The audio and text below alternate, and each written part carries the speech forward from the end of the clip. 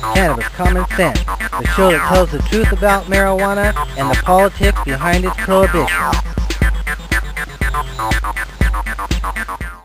Hello and welcome to another exciting edition of Cannabis Common Sense. We have a great show for you tonight. Our guest tonight is Rod Pitman, the producer of two films, Hempsters, Plant the Seed, and A Normal Life. We'll be showing some clips of these, and we have Tim Pate, who's featured in A Normal Life, standing by in the wings here. Hey, folks. Hey, Tim.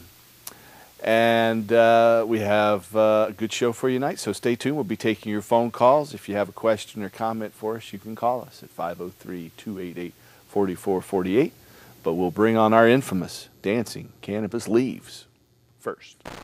I feel the force.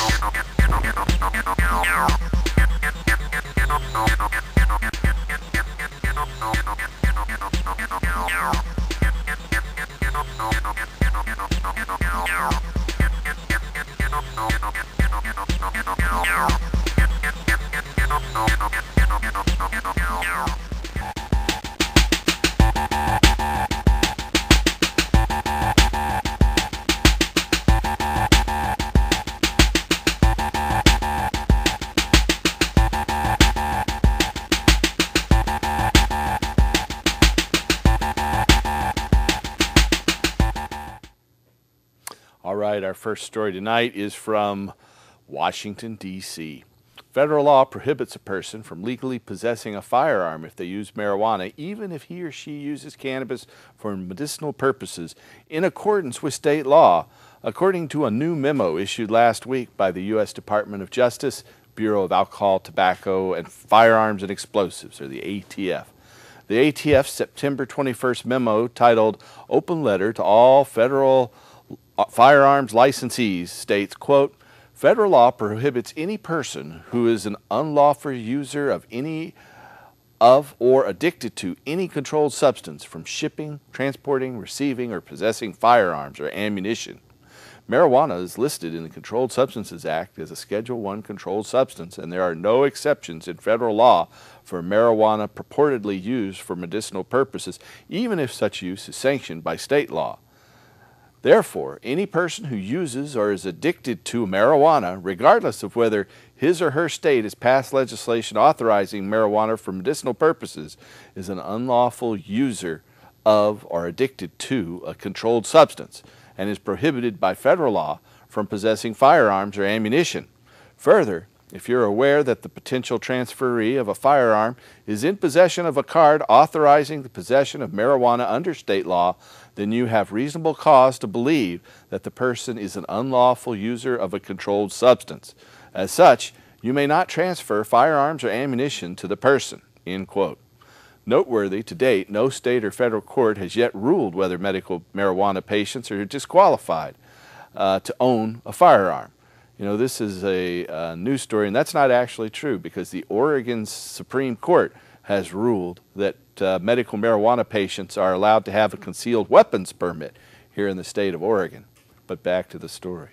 While campaigning for the presidency, Barack Obama had pledged that he would, quote, not be using Justice Department resources to try to circumvent state laws on medical marijuana issues, end quote. So, as I said, the state of Oregon's Supreme Court has ruled that patients can not only possess firearms, but that they can have a concealed weapons license. Well, the congressional delegation from the state of Montana are very upset about this. Out of Billings, Montana, members of Montana's congressional delegation have denounced a recent memo from the Federal Bureau of Alcohol, Tobacco, Firearms, and Explosives that says it's illegal for licensed medical marijuana cardholders to own or possess firearms or ammunition. Montanans voted in 2004 to legalize the use of marijuana for certain medicinal purposes.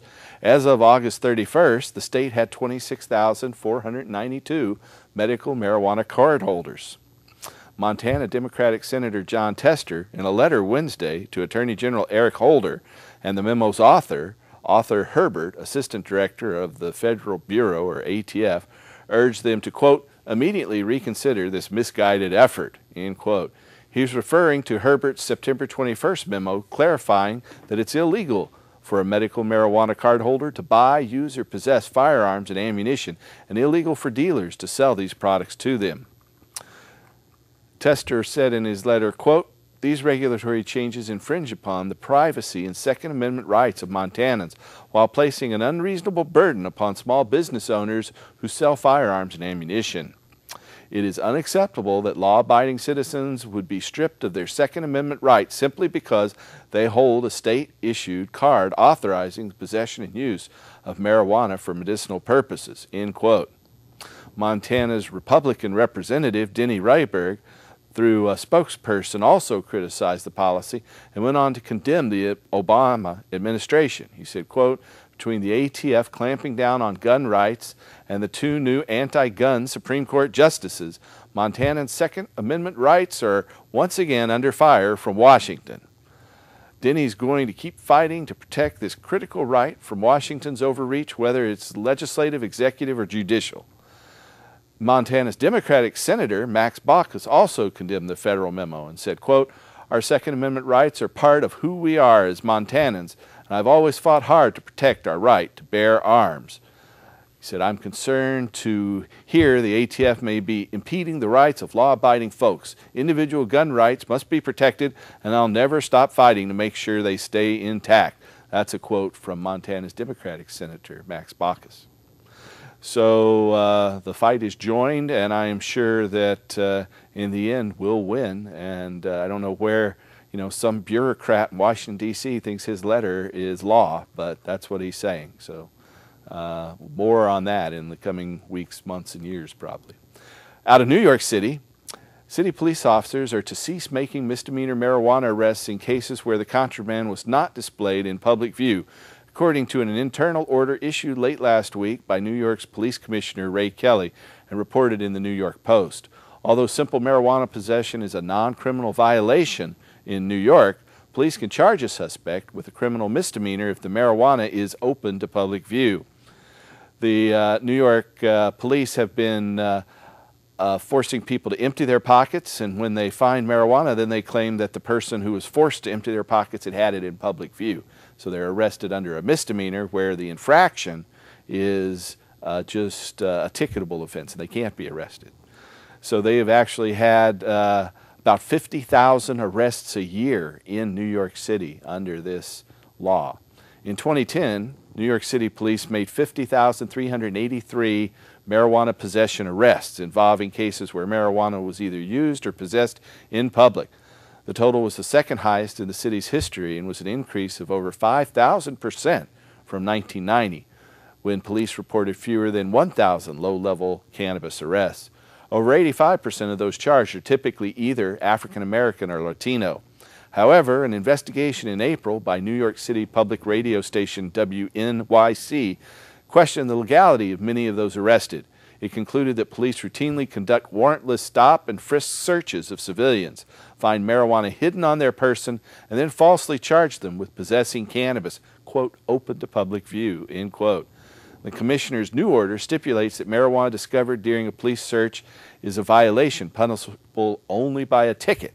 The memo states that instances where contraband was disclosed to public view at the officer's direction are not sufficient grounds to charge that suspect in a violation of state penal law. Queens College sociologist Harry Levine, who's documented the racial disparity in arrest rates in New York City and elsewhere, stated, quote, "I'm pleased that the NYPD agrees that these arrests have not been proper and will begin to curtail them. We're always encouraged to when the police decide to obey the law.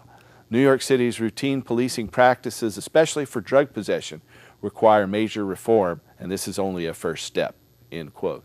Bipartisan legislation that seeks to reduce penalties for those in violation of penal law to a non-criminal violation remains pending in the State Assembly.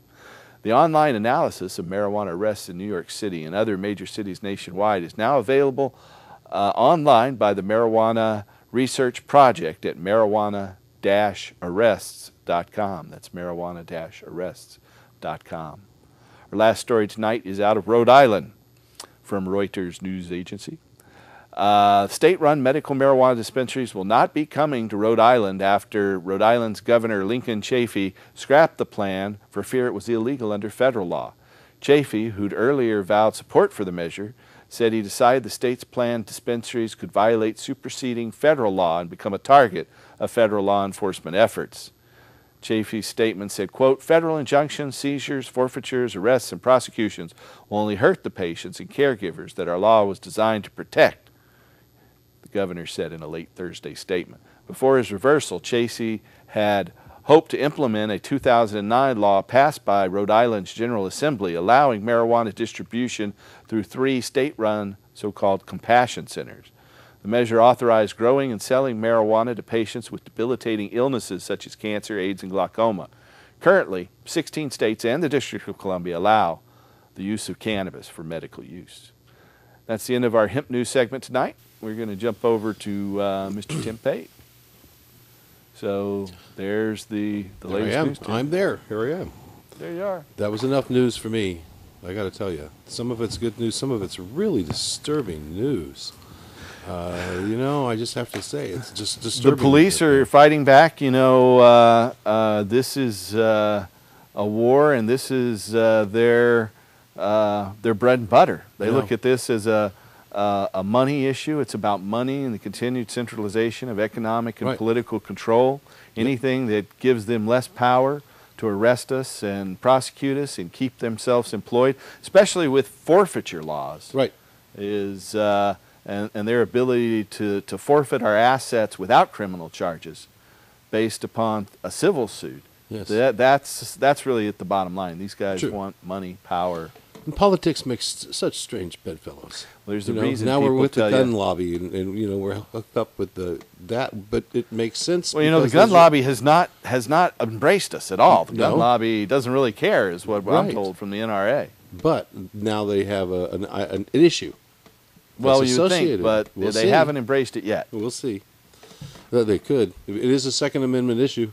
There's no doubt about that. And so, one of those things that we've faced in this state, like you said, but many of the other states have not come across that yet, and they will. They'll be facing it soon enough. It's almost harvest time. I know it's going to be raining here this week, so everybody cover up your plants and look at the pretty pictures here for a few minutes.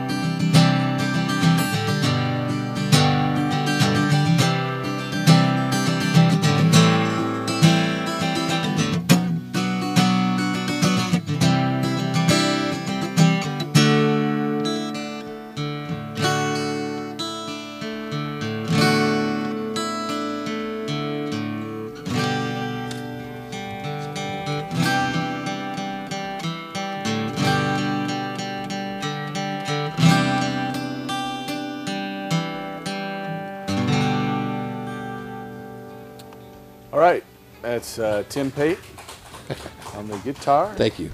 And we are taking your calls and questions right now. You can call us at 503-288-4448 if you have a question about ending adult marijuana prohibition, restoring industrial hemp, or helping medical marijuana patients. Then give us a call, 503-288-4448. I'd like to welcome our guest, Mr. Rod Pitman. Welcome, Rod. Paul. You are a Portlander. I am a Portlander. Pretty exciting to have a producer of a couple of major documentaries on cannabis right here from River City. Man, and thank you so much for having me. You and Tim Welcome. both. Really Good to have you on the show. appreciate it. Absolutely. It's good to be here.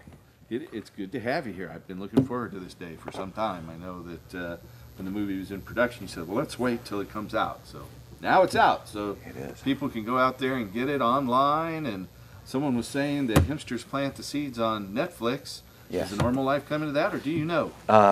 Normal Life, I've been told, is coming to Netflix. It's on a number of .com platforms right now. Cool. As you know, or may not know, Netflix is going through some business challenges, and Aren't we all? yeah, apparently they have a backlog of movies that they're looking to get uploaded into a streaming mode. But there's a ton of different platforms that you can get Normal Life on, and we can certainly talk about that. Well, what are they? Amazon.com. I hear that it's on Hulu. In terms of what they all are exactly, I'm not sure, but the best way to know is to Google it, because when they come online and what they're coming online, what platform that they're on changes daily. They're adding it daily. But if you Google Normal Life, please like us on Facebook. Hempsters Plant the Seed, its companion film, please like that on Facebook as well.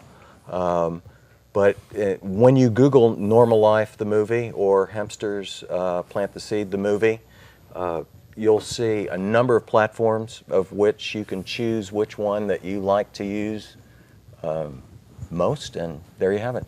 You know, I'd like to ask you a few questions, since I got you now in front of the world and the cameras here and everything. And Well, I've had a chance to participate in this movie with you. Yes, you In did. the Normal Life. Yes, and I've been involved with quite a few movies and documentaries in my lifetime. I've been writing music 42 years now, and that I don't say that to brag. I say that to say this: very few movies that I've been involved with have ever had the muscle to get into the places that you've been able to get into with the Directors Guild back in New York City, And just general distribution by a film company. It's a hard thing to achieve. Yeah, what so- is it? Less than 5% of films produced get into distribution, or do you know the number? Something like that.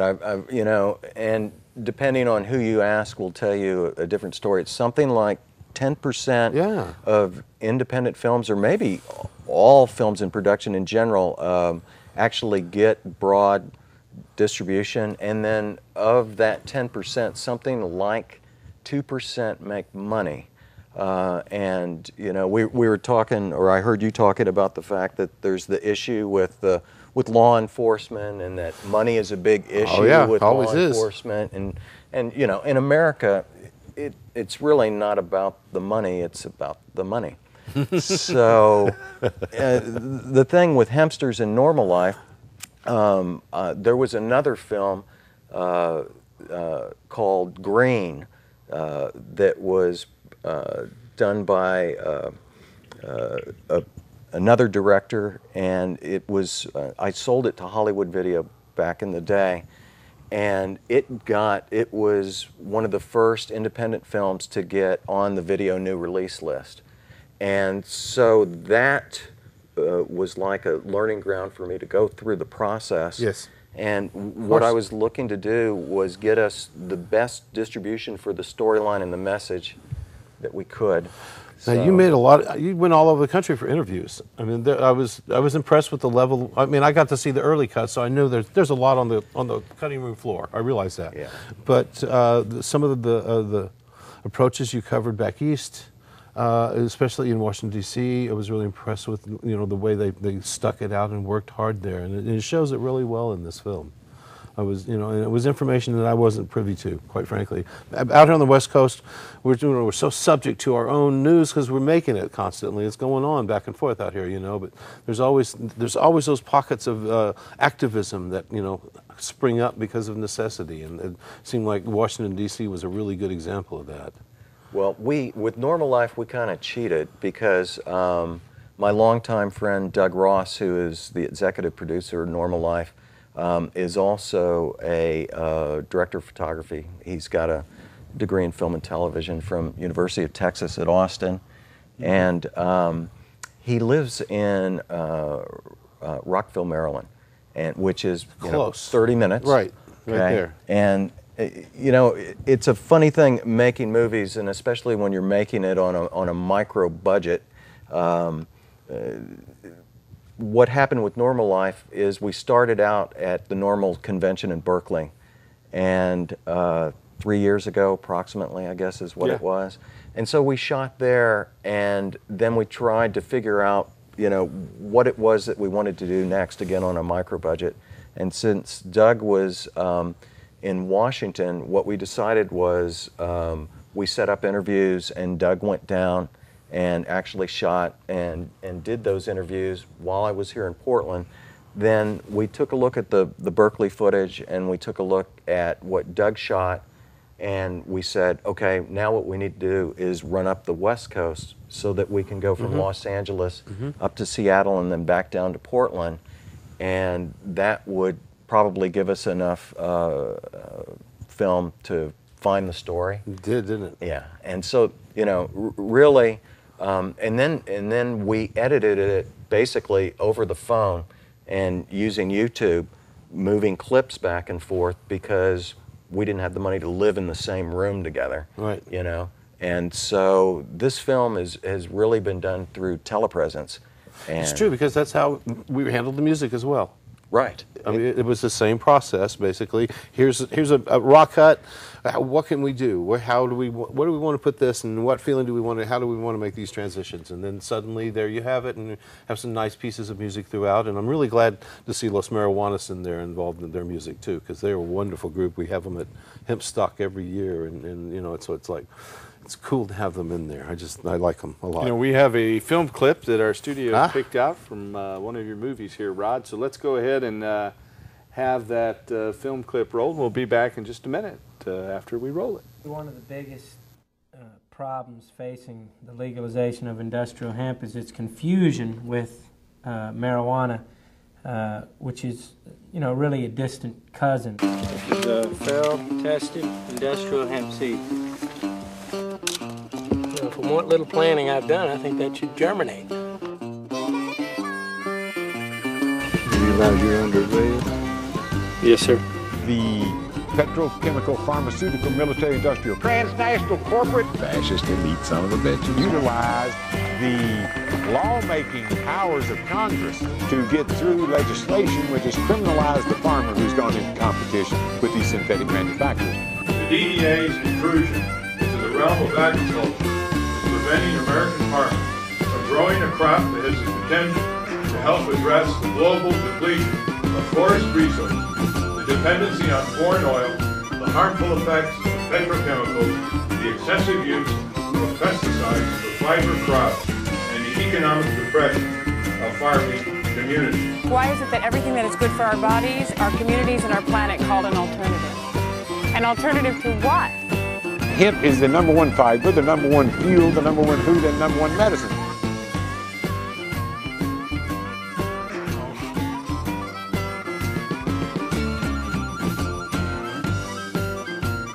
We have to change our language. All right, that was from Hempsters, Plant the Seed. Now, you've been working on that a long time. I remember when your associate Michael Henning came here back in 2003 to attend a film school. Yeah. And this is a good little story. And Michael Henning, man, God bless him for making this film, because he directed the movie and he did a wonderful job. But the story goes, I was working on a film about Jim Morrison and the Doors, and I needed an editor. And there was an Avid film school. Back in the day, most of the professional stuff was done on Avids, and there was a group of people that ran a film school here in Portland, and people would fly in all over the world to learn how to work an Avid and get certified. So I go into this, the outer office of this film school, and I'm talking to them, asking, you know, if maybe there are interns or somebody that I could talk to about working on this Jim Morrison movie. And I hear this guy talking, and he has a Texas accent. And I grew up in Texas. Me too. And I know that. I shouldn't even be on the same television with either one of you. I'm Oklahoman myself, but okay. Norman? We'll get on through this. Yeah, Tulsa. Yeah. And I lived in Norman for a year. We did. Yeah, college town, right? Yes. Yeah. Yes. Anyway, let's back to your story. Yeah. So I went up to him and I said, "Hey, man, are you from Texas?" And he's like, "Yeah." And I said, "You're from Dallas, aren't you?" And he's like, "Yeah." "How'd you know?" And I say, "I could tell by your accent that you were from Dallas as opposed to other parts of Texas." All right. So I lied to him. But anyway, we became friends and started talking. He said, "I'm here shooting this movie. What are you doing?" He ended up coming over to the house for dinner. And so, as fellow filmmakers, we just talked a lot about what we were looking to do. And so I followed his production for, 18 months, a couple of years. And we began to do test screenings. I was doing test screenings of the Doors movie. He was doing test screenings of Hempsters. And the long and the short of it is he said to me one day, "You know what, man, can you love to work with you and see if we can get some distribution for this thing." And so we began to work together on how we might find the path to get down the road to make that happen. Now, Henning, his son was only a few weeks old, I think, when he started the movie. And when I met him, he was like 18 months, 2 years into it. So I've done about 13 years on Hempsters, and Henning's done like 15. Wow. And so, and producing a movie isn't overnight, and especially to get something distributed. The average is 5 years. That's what amazed me about Normal Life, because I remember how long it came out so quick. It did work. Comparatively, the work didn't it? was fast. You moved on that really well. Well, the thing about Normal Life is we shot 3 days in Berkeley, and then Doug did pickup shots in D.C., let's say a total of maybe a day and a half or 2 days. And then we shot 10 days on the West Coast. So we had all the principal photography done, in a relatively short period of time, and then it took us a while to edit over the phone. There was a hang-up in some of the producing side of it relative to the media, and so there was a 3-year gap where the film just sat. If that had not had happened, it would have moved a lot quicker. However, but you wouldn't have had me, so it wouldn't have had you. And oh, by the way, on Normal Life, we had this music supervisor, a guy named Tim Pate. He came in and he helped us put together the sound bed and the soundtrack for the movie. But again, sometimes there is the art or the craft actually of putting this type of a documentary together. But a lot of times there's just luck and timing.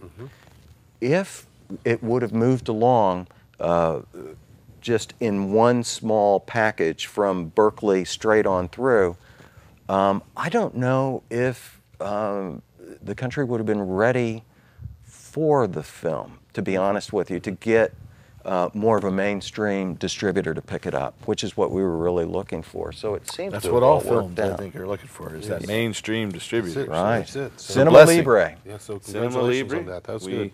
We salute them. I know they also produced Josh Tickle's film Fuel. We had him on the show a few years back. They did, and they also produced Oliver Stone's movie South of the Border. Oh. And here's a plug for Oliver. Oliver Stone is in production now, pre-production, production, with a movie about marijuana. He is. That is supposed to come out. Is it a fictional work? Well, if he needs any advisors.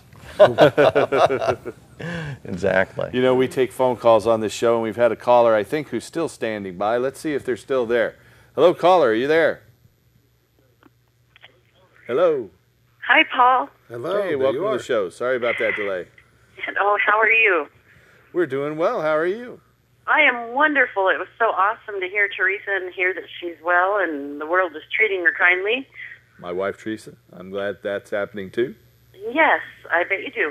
I have a question. I bought a home in a manufactured park, and the owner of the park is very unmedical marijuana friendly, and he has actually evicted a tenant just because they smelled medication coming out of their unit. We all own our own homes, and the manager has came by and given me a warning that the owner is adamantly against medical marijuana. I have been a card holder since 2005. I've been a judge with you, and I think actually 2004, 2005. I used to work with Madeline on her show,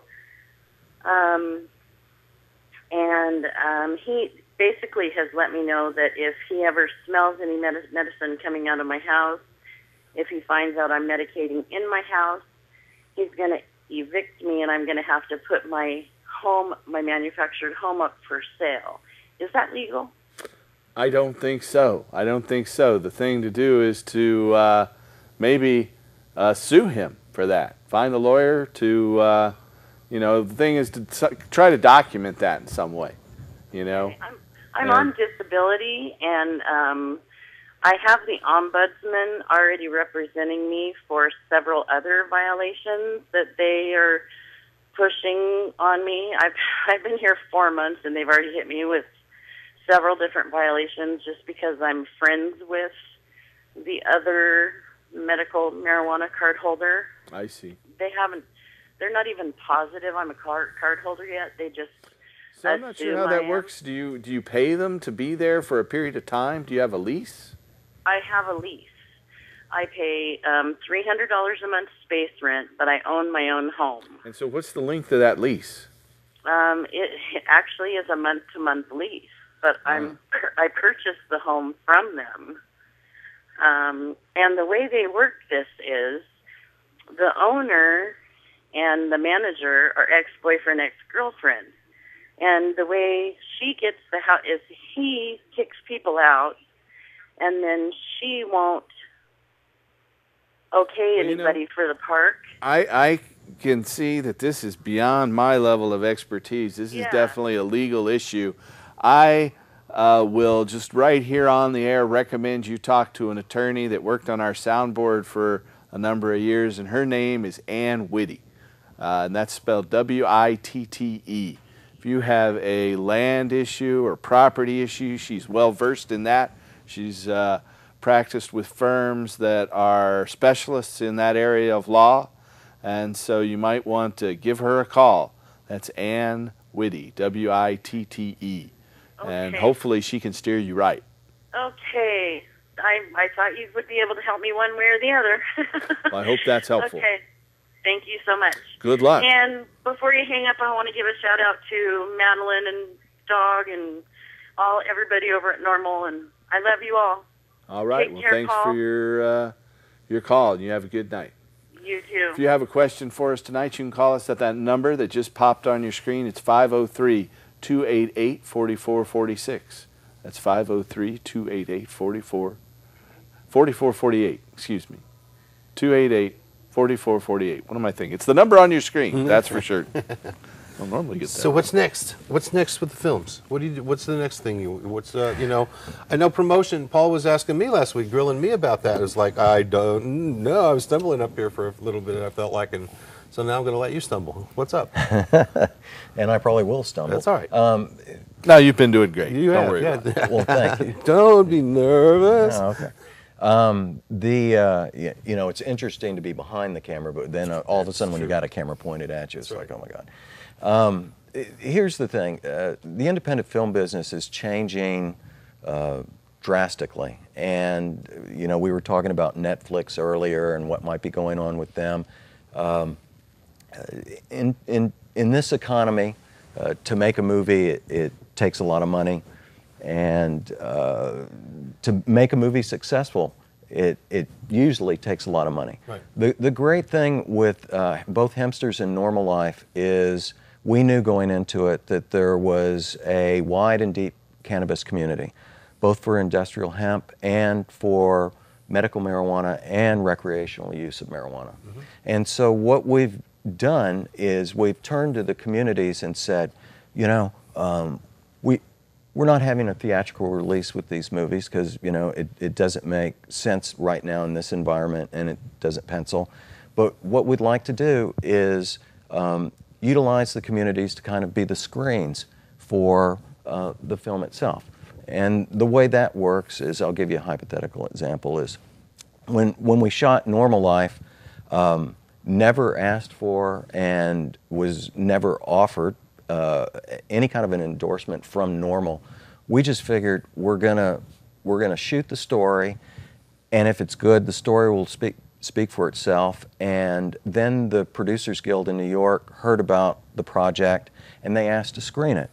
Now, when they screened it, I went back, and they loved it, and so I went back to Cinema Libre, who I asked them to release Hempsters, and said the Producers Guild liked it, and they said, well, we're going to pick this film up, and so then we went back to Normal and said, might it make sense for us to have a strategic alliance and maybe partner up? And they're like, well, I forget what they said. Oh, well, we've got 140 chapters, we've got over 15,000 paid members, and all of a sudden you're beginning to realize that, geez, if the film, whether it be Normal Life or Hempsters, became a commodity of choice for the community, that the community could actually generate and evangelize the film and generate enough buzz, whereas the film would get legs under it, it would go viral, and it would be able to get the broadest distribution that it can. And so what we're looking at now is we're looking at some technology that would allow, for example, Normal's Facebook to be able to stream it. Exactly. Yeah, that makes sense. Okay. And so let me give you another hypothetical example. We're talking to the Marley family about, we have Hempsters, we have Normal Life. Ziggy just came out with his new comic book series, A Marijuana Man, and his new album, Wild and Free, he does a duet with Woody Harrelson about marijuana and hemp. Exactly. And so we said, we're not going to put the booger on you and say, can we start a conversation of what it might take to be able to see if maybe your community might want to access the films via the community. And then you have the Grateful Dead and you have the Doors, and I don't mean to just lean in on, music particularly, but what is it, Americans for Safe Access? The list goes on. Again, the cannabis community as a whole is broad and deep, and the members of the community, when they find a commodity of choice, they're almost like rabid pit bulls, man. They grab onto it and they promote it, and this is the way that the films will be able to bloom. And so that's what I think. That's a good concept. The next stage for it is. So. All right. Yeah. Well, hopefully we can assist in that. We'll talk more about that later. But we have a phone call. Welcome to the show, caller. Hello? Hello. There you are. Yeah. I didn't know. I had a question. If a person has, is a card holder, and they're subject to a random UA at work, if your number comes up, what's the person to do? The best thing to do is to wait until you're in front of the person who is giving you the test. You don't talk to anyone prior to that, and then show them your permit. It might be helpful if you had a prescription for Marinol, because it's very difficult, much more expensive for them to differentiate Marinol from organic cannabis, even though it can be done with additional testing. Never heard of it. So Marinol is synthetic THC that would cause you to, you test positive for marijuana if you're taking this synthetic pharmaceutical THC. So it's best to just say nothing until you get into the clinic where you're behind the doors from everybody else. And give them a copy of your permit, and ideally, if you were taking Marinol, the other alternative, of course, is to quit. Well, if you've got it randomly, I guess it makes it more difficult, but is to quit about 30 days prior to the test. Right. That's the other option, but if you don't know when you're going to be tested, that's problematic. Yes. All right, well, good luck. I'm sorry you're in that situation where you have to urinate for employment. You know, we've gone from being the land of the free to being the land of the pea. That's the way a lot of Europeans look at our country nowadays, because they don't have to do this in other countries. Well, but I find it upsetting when you know, the federal government has to have a warrant to search your body, but you know, a corporation which has been declared a person now has the right to do so. It seems like a person shouldn't have the right to do that. You know, we need to expand the natural individual rights and work for full legalization. Thanks for your call. Thank you. Bye-bye. And so I and our organization is working for full legalization. We have a petition right now. We have well in advance of 35,000 signatures in hand. We need 87,232 valid registered Oregon voter signatures by next July the 6th to qualify for a vote in 13 months in November of 2012. So we could certainly use your help in this petition drive. If you go to our website, you can make a donation online, and that goes through our campaign finance company, C&E Systems. They're the campaign finance managers for most major Democratic Party candidates. And there's a $50 tax credit for people who make a contribution. So if you make a contribution now, you'll actually get it back when you file your Oregon state taxes next year. Also, you can print out our petition and sign a single petition and mail it in to us, or you can print out a whole sheet of and gather signatures from your family and friends. So I urge you to go to that website right there, cannabistaxact.org. We're trying to legalize. It would allow adults to grow their own without a license. It would allow industrial hemp without a license. It would regulate the sale of marijuana through state licensed stores. There could be things like brew pubs and or wineries, places that grow their own, process it, and offer it to the public. And so we urge you to help us legalize cannabis and get that petition on the ballot. We have another caller. Welcome to the show, caller. Yeah, hi. Is there a place, I've thought in the greater Oregon area, but if not in the state of Washington, where I can go and buy a cookie or a brownie, something made with the cannabis? Yeah, if you have a medical marijuana permit, then there are a number of dispensaries in Portland and around Oregon. I can't really recommend them individually. I just gave a plug for our political initiative, but that's a nonprofit enterprise.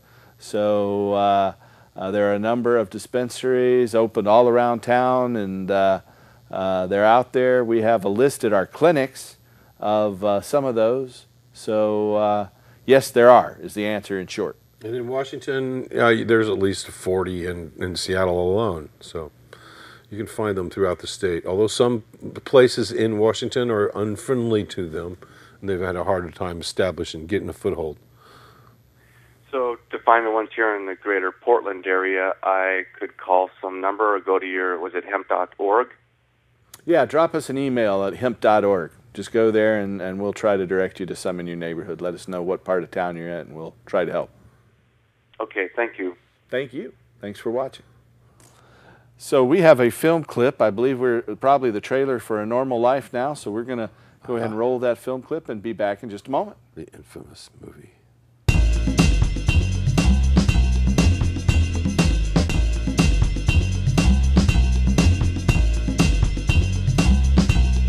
Well, what is cannabis? Cannabis, of course, is a medicine. I think it's important to say that no medication is going to work for everybody all the time. It's a specific for migraines, it's a specific for seizures. The take on the plant is that it's symbiotic with the human. If you can get something that's natural, that has literally zero side effects. It works as almost a ubiquitous inhibitor of a lot of systems in the brain. The science is absolutely clear. The pharmaceuticalization of cannabis is just beyond the horizon. I think it's easier for men to come out and say they support it because women have a lot more on the line. You know, if they're mothers, then they have their kids on the line. So I tried it, and at first, it freaked me out. I had a few panic attacks. We know that cannabis can prevent Alzheimer's, and if it can reduce all these ailments and keep your stress level low, that adds years to your life before you're even sick. And so the petrochemical, pharmaceutical, military, industrial, transnational, corporate fascist lead SOBs vilified the cannabis plant. We're all grown up now. We're not in the closet anymore. We don't give a fuck what you think. We smoke marijuana. But once you just let go with it and just be, it does so many things. This consciousness opens the doors of perception, expands consciousness, and puts you in a receptive state. I like to say when I give lectures, I start off by saying I smoke pot and I like it a lot. Part of what we're doing with Oregon NORML is trying to maximize the Oregon Medical Marijuana Act and try to help the patients that truly need the medicine. America's ready for a change in the marijuana laws. We're reached critical mass to change this critical mass. Let's hope we can all live together in peace and harmony, love, and legalize marijuana, for God's sake.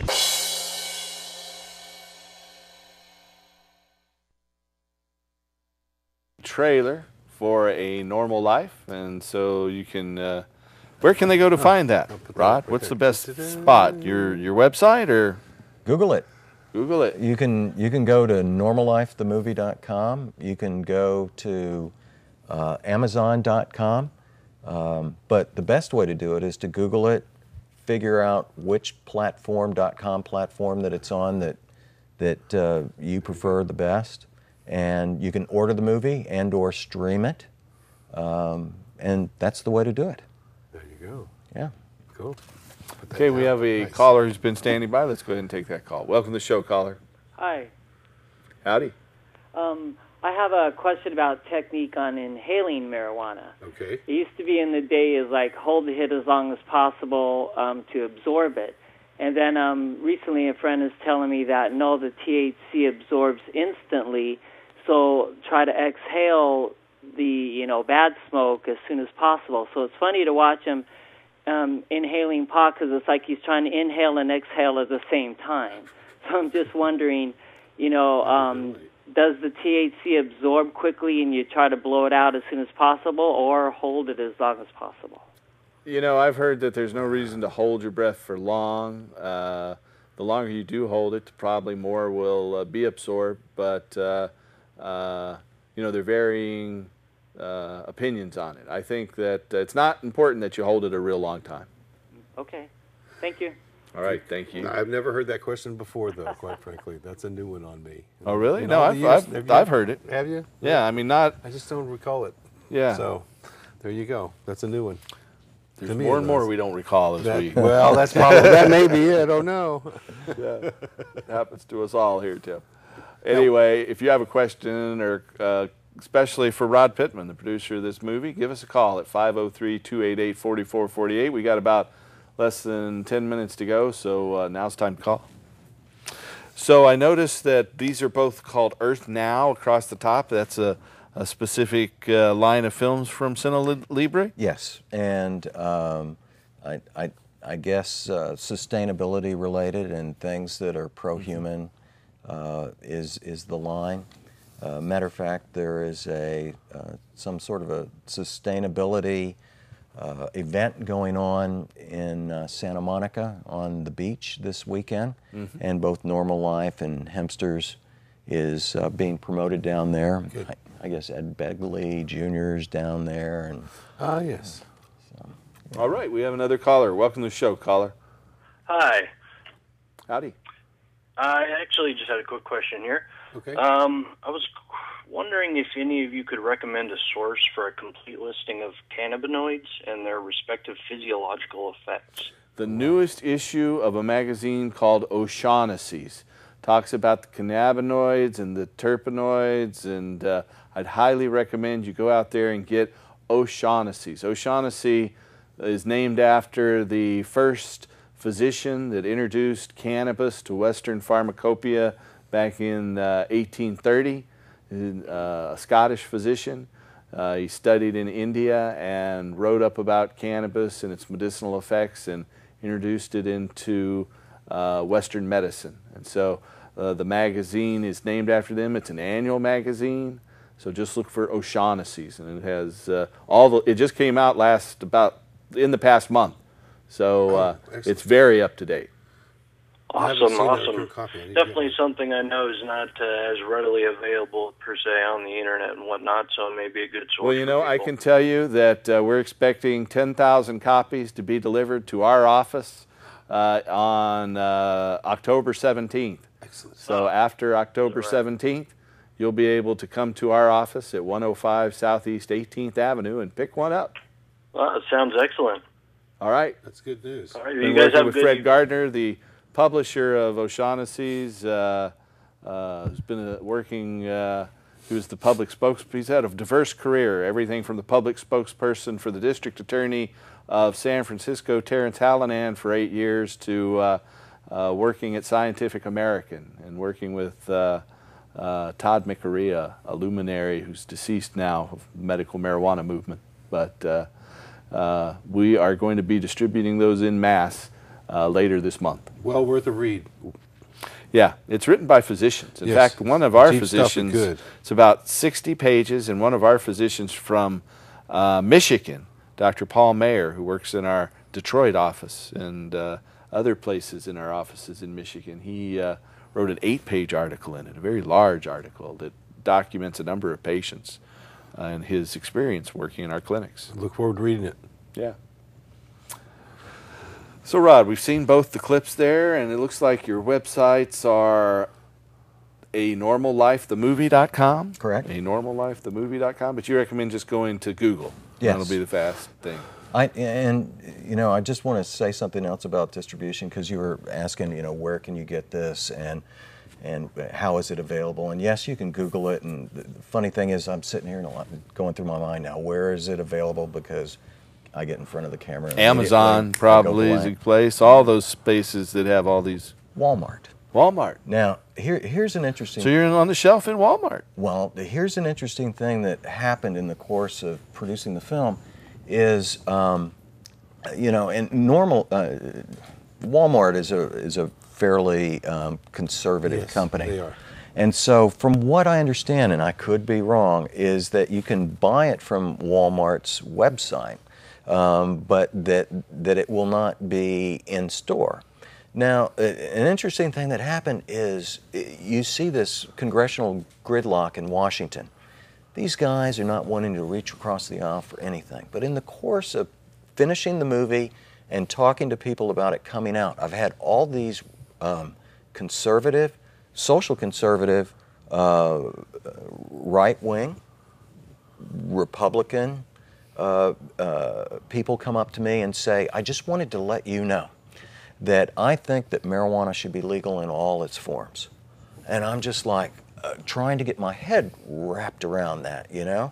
And then it got me thinking, you know, if that is really the case, if there are people out there that have friends, family members that are really wondering about this whole, you know, provocative thing called cannabis or marijuana, whether it's from industrial hemp, anything that can be made from petroleum can be made from hemp.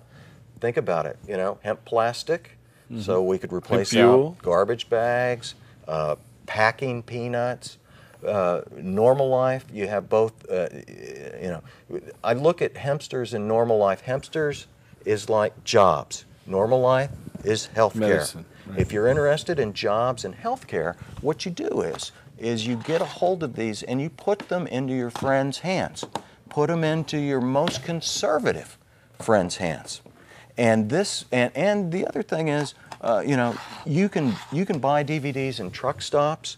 You can buy them in 7-Elevens. They could be in Redbox. The more that people get the movie out there, we can get outside of the cannabis echo chamber, for lack of a better word. And, and I'm not saying that having these conversations within the community isn't great, but the more we can get it out into the mainstream, out of the echo chamber, so that people... So we're not speaking to the choir, so to speak. Exactly.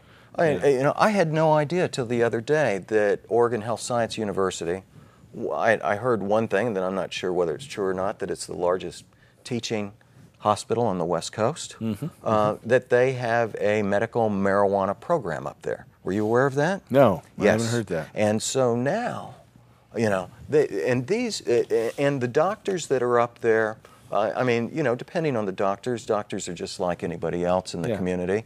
You know, depending on where their head's at is how they address the cannabis issue.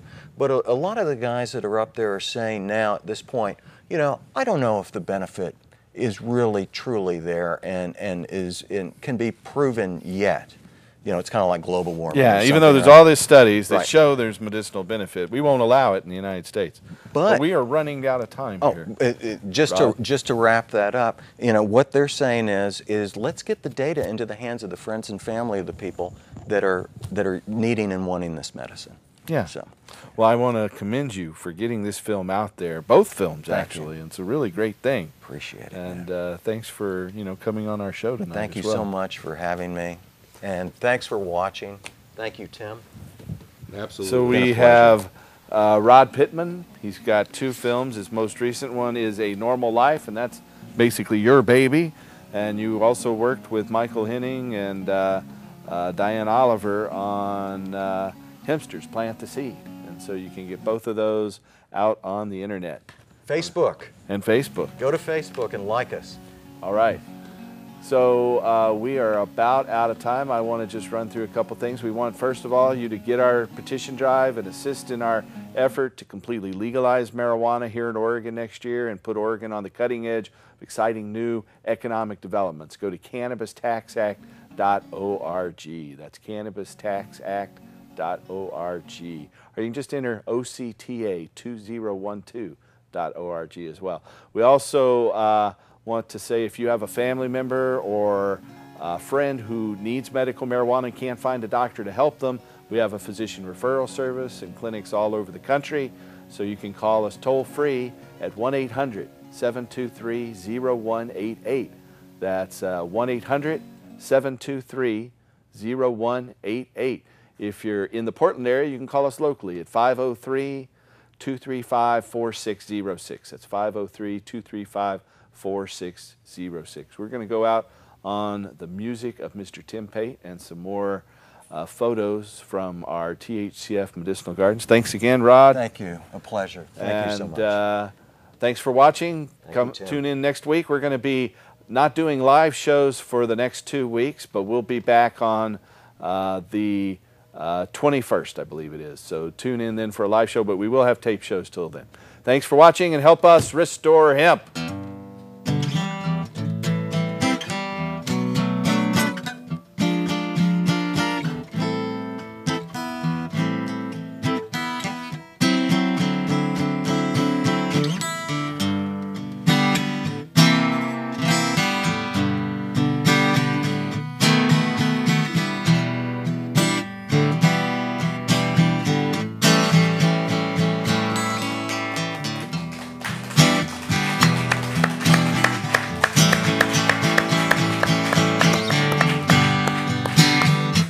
See you next week, folks.